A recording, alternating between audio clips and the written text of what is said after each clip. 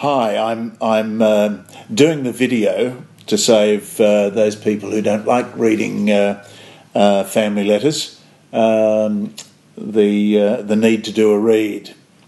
I just want to address a couple of issues.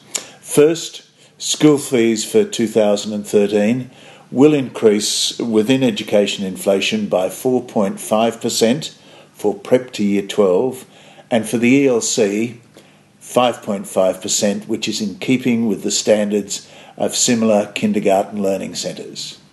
The Board's Budget and Finance Committee, working with Ian Cowan, the business manager, and myself, were very conscious of the commitment of families, and we worked very hard to keep the increase to a minimum. Evidence from similarly priced independent schools shows that general fee increases are between 4.5% and 7%. So that's our fee increase for 2013, and we really have kept it at the very minimum level. Second, there are sports centre rumours. At the Middle Years Forum, someone fortunately came out and said there are rumours going that you've run out of money to complete the sports centre. Not true. The sports centre will be completed January 2013 for the start of the school year, and we will also welcome back at that time EC Waves, Streamline, Swimming School and the Wildcats basketball.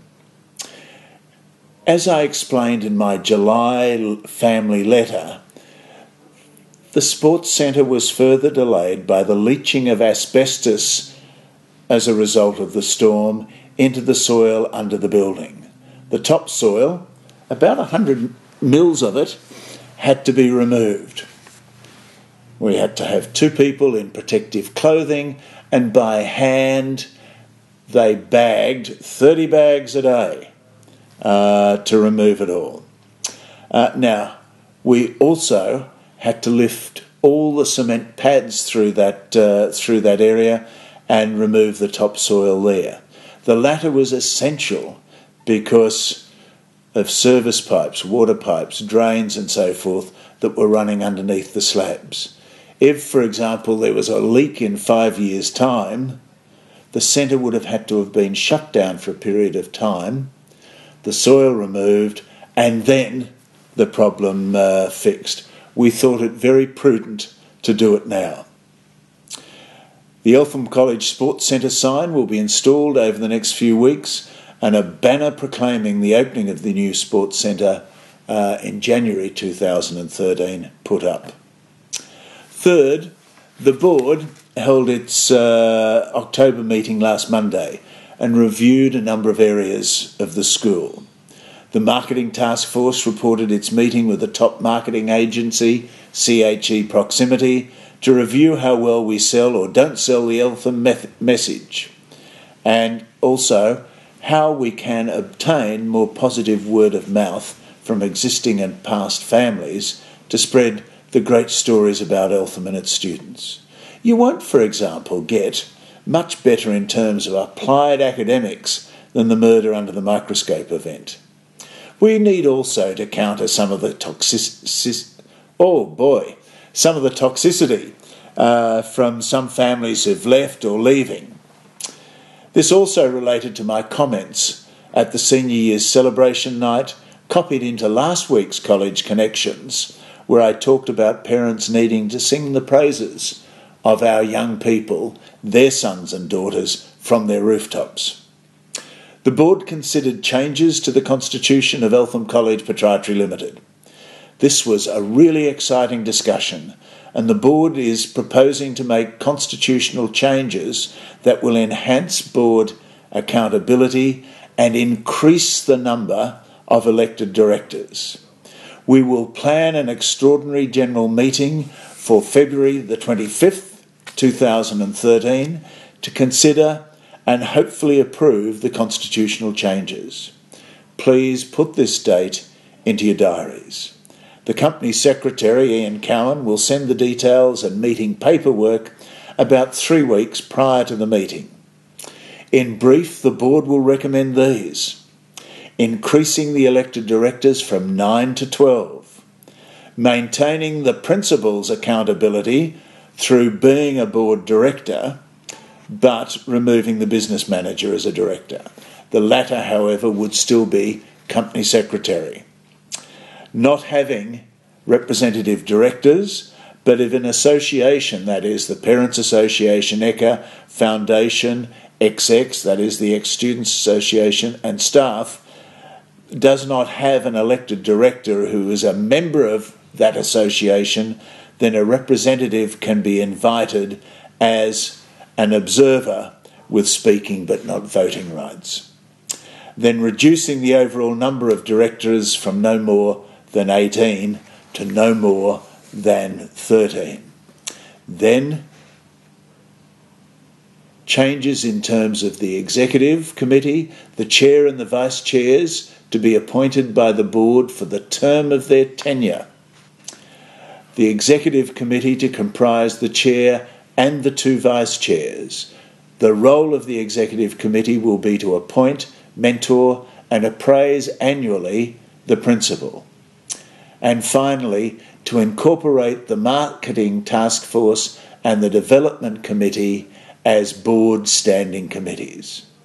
Now, if the extraordinary general meeting approves the constitutional changes, then the new directors can participate in the election process at the regular April AGM and commence as directors immediately. It, from my perspective and the board perspective, would be wonderful too if between now and the AGM, if some of you considered the benefits and the service that you could give to the college by becoming a board director.